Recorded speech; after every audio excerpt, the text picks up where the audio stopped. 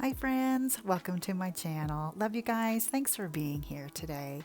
I'm going to work in my art journal using Creativity and Gratitude by Amy Oestreicher.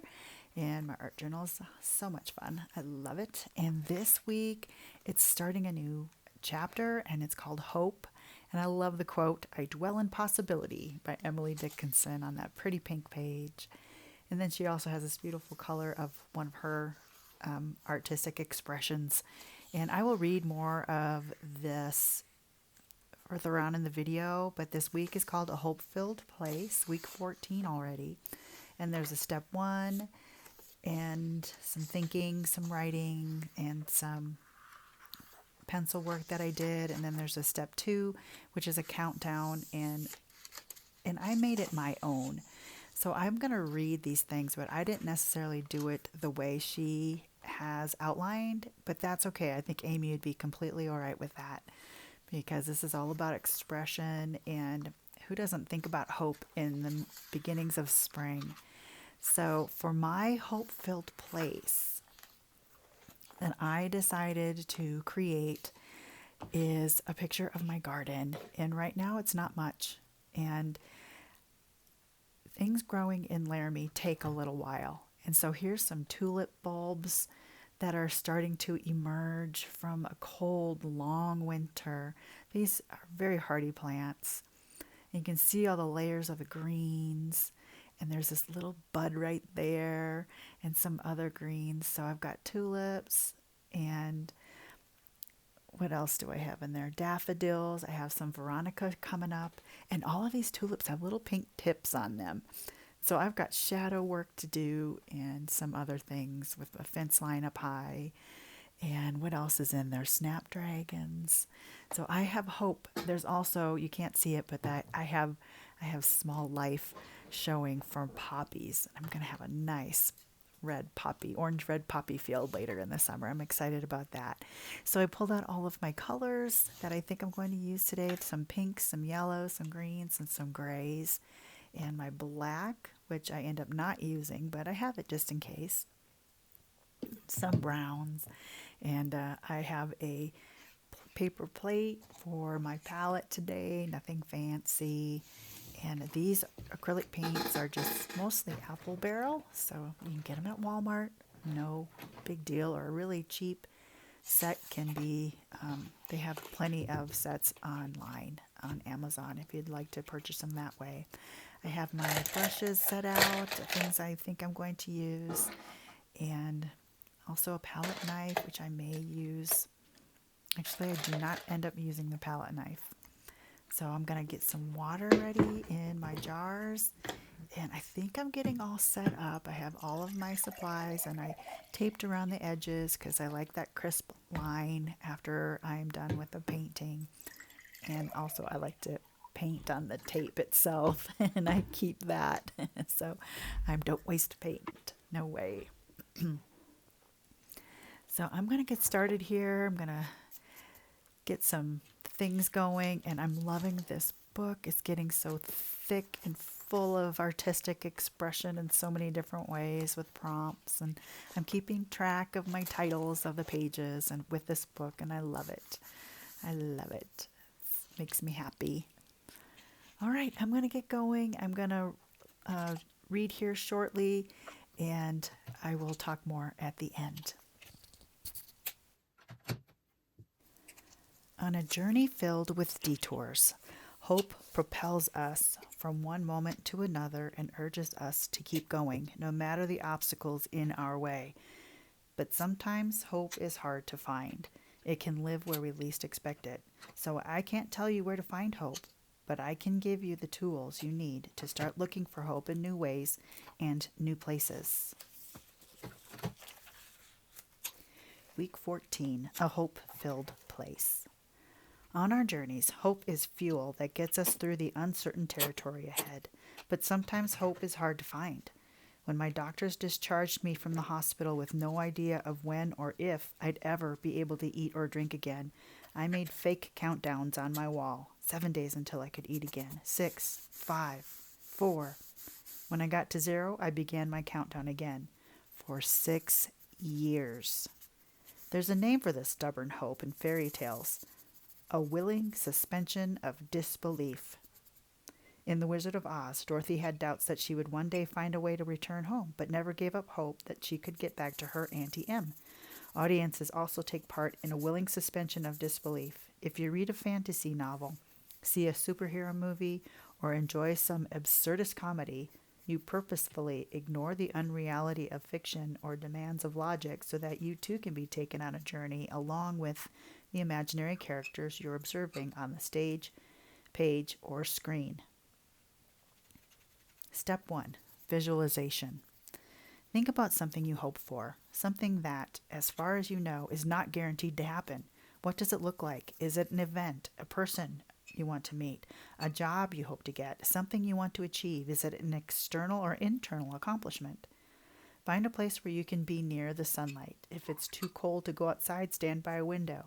As you look out your window, gaze as far into the distance as you can and visualize what you hope for. Call this your hope landscape. In this landscape, anything is possible. Take quick notes about anything you see: a tiny corner of a house in the background, a vast cloud high in the distance, the barely audible sound of a bird or car going by. Maybe it's a new friend walking toward you or an adventure on the horizon. What does the air feel like, smell like, or move like? What sounds do you notice? Now let that list evolve into what you think you might see, hear, smell, or feel. Perhaps for a short moment, a gust of wind sounds like a ladybug singing, or a telephone wire looks like a tightrope, and the clouds look like wisps of cotton candy. Your subconscious has created this landscape for you. Now's the time to hope for what you want to happen in your wildest and most free-flowing dreams. Set a timer for 5 minutes. Write a few words about what you see. These might be full sentences or small phrases. It's up to you. What's outside your window. Then shift your attention toward what you are visualizing in your mind's eye, what you are hoping for. Finally, create an illustration based on what you've written. The finished illustration can be a combination of the sights you actually see and what you have hoped for and visualized. The sky is the limit. So for me, I found a picture online because I haven't had a lot of sunny days lately. And so I had to find another picture to go from. And I found this beautiful landscape with a mountain. And it was a mirror image of this mountain and a marsh. It was just beautiful. So I chose that as my image to look at and dream with and hope with. And I drew a little sketch of that. And I called it Reflections of Peace, because that's something I'm hoping for, more peace in my life. Step 2, countdown. And it says, take a cue from a track and field athlete who often envisions the finish line before their big race. Creating your own hope is as simple as visualizing your goal and focusing on it. Now that you have written down and illustrated what you hope for, decide how many days it will be until you reach your goal. Write that number in big, bold lettering, and around that number, doodle more of the world you are hoping to see. For example, if your goal involves a physical fitness, why not draw the neon yellow banner at the end of a 5K run? If you're looking for a new job, why not imagine and doodle your ideal office? If your goal involves moving to a new home, try sketching the front door of your dreams. Imagine what you'd want your finish line to look like, your symbol of success, and draw it in your sketchbook or in the space on the next page. And then she says, each day this week, revisit this page and count down from the initial number by writing the descending number. As you doodle each new number, add to the drawing and watch your goals materialize before your eyes. When you reach the end of your countdown, don't worry if you haven't reached your goal. Simply begin the countdown again. Your dream will take on new colors, new forms, and new meanings each time. So I thought that was wonderful. And so the picture that I drew was me plein air painting over by that river I talked about, because that's something that I would like to do and I'm going to do in the very near future, and I'm so excited for that. But there's other goals, and there's, like I said, peace is one of my hopes right now. There's just some turmoil in my life that I really want resolved, but it's going to take a long time before it is resolved. And in the meantime, how do I count down my how do I count down to get to that peace?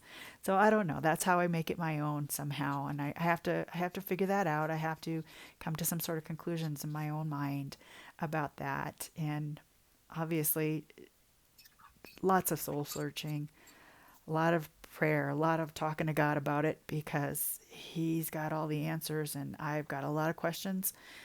And sometimes He's silent, and I still have to be in peace during that.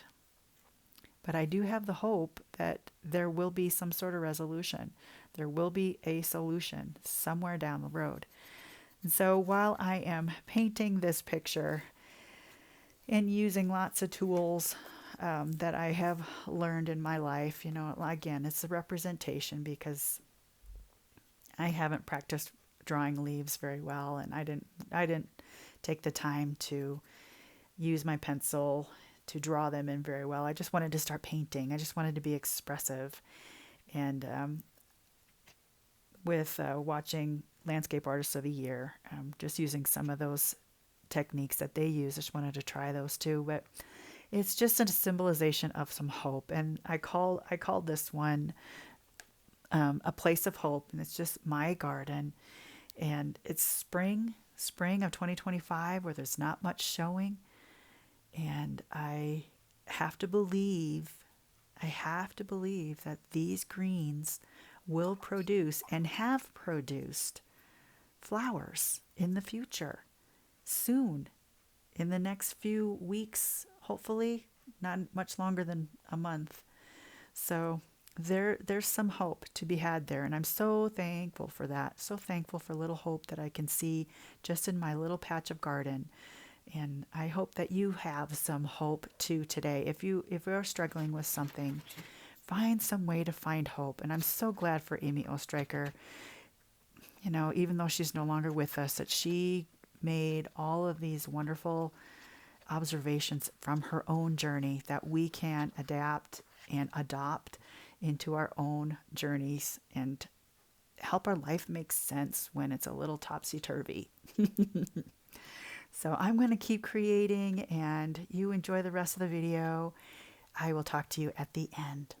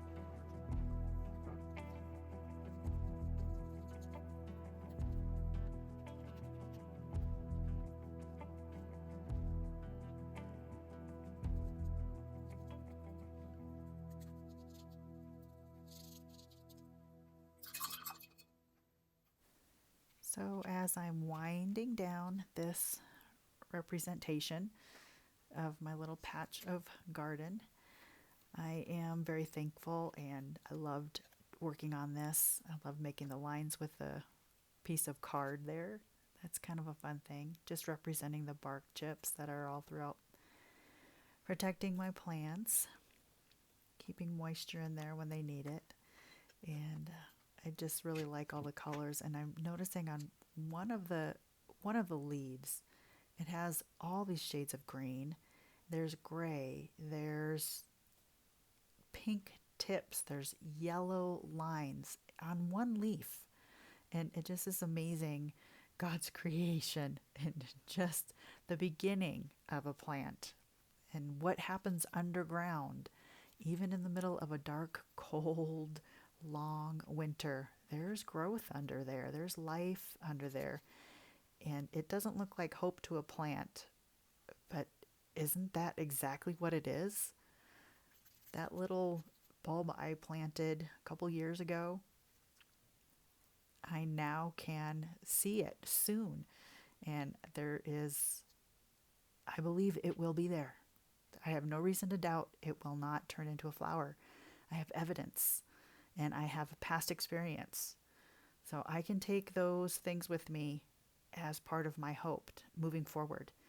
And let's just give a shout out to that beautiful tape right now. Isn't that the best? And off camera, I take the rest of these paints and I just slather them all over some notebook papers. So they did not get wasted. Oh no. So I'm going to do a tape peel here shortly, and you'll get to enjoy that. And I also just want to thank you for being here. I've been on this journey for 6 years on this YouTube channel. No, it's not huge, and it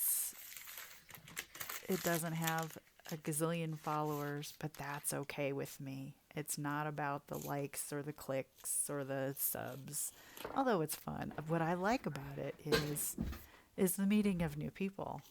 And all of you wonderful creatives out there who watch my channel, I am very thankful for you. You're all so very kind, and it just blows me away, your comments and your sweetness, and just little old me here in Laramie, Wyoming, making these videos. And you're just coming along for the ride, and I love that. And I hope you're finding some inspiration here. And I use the word intrinsic. Whatever makes you happy intrinsically, whatever brings you joy in your personal creativity, that's your intrinsic value.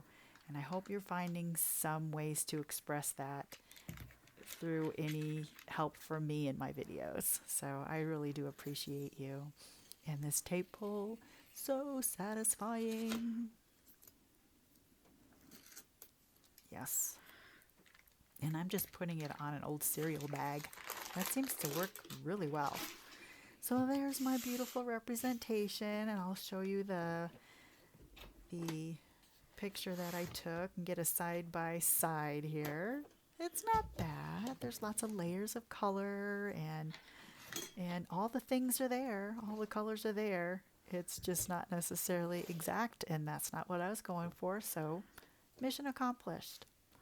Well, I hope you enjoyed this video about hope and seeing my little place of hope and enjoying how I created this little painting. Yeah, I've got a lot to learn, but that's all right. It was a really enjoyable experience. And I don't know, something about spreading paint on paper with any kind of brush. Here's a little close-up look too. All of those strokes and trying to make the background fuzzier. I didn't know how to do that, so just a little bit of dry brushing. But isn't it cute? It just really brings me joy. It brings me joy. And I know what it is, and that's all that matters. It's a picture of hope. Love you guys. Thanks again for coming on over and seeing what's on my channel. And this book is really unique, and I've learned a lot. I hope you're having a great day. Take care, and as always, God bless. Bye-bye.